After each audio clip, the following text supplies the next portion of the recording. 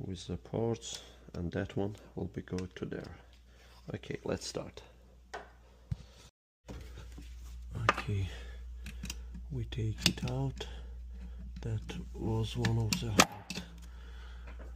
part of the work in that one.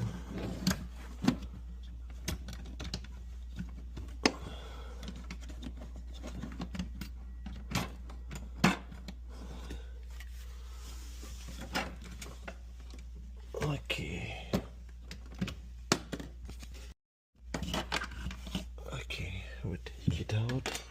That's all. Now we need a little bit move it to the left side like that.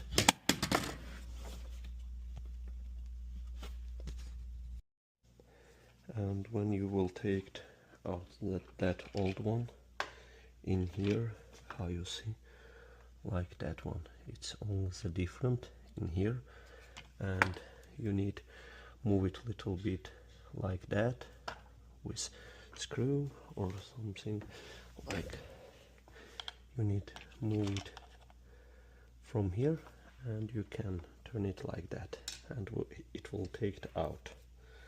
Okay, now we need to put the new one. First of all, we will put that gasket inside in there, and after that one. Okay, let's start. Okay,